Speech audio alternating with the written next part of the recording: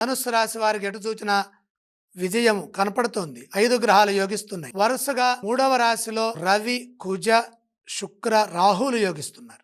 సప్తమంలో గురువు. ఉద్యోగంలో బ్రహ్మాండమైన శుభాలు గోచరిస్తున్నాయి.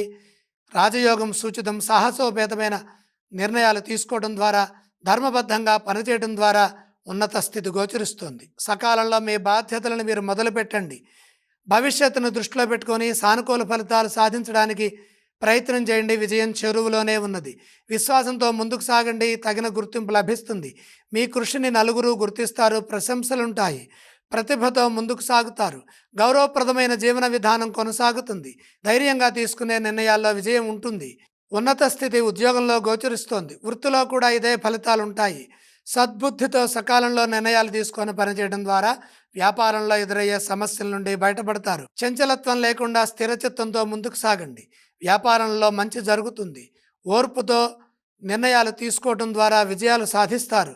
వచ్చిన ధనాన్ని జాగ్రత్తగా పొదుపుగా సద్వినియోగం చేసుకోవాలి. నిరంతర సాధన మేలు చేస్తుంది.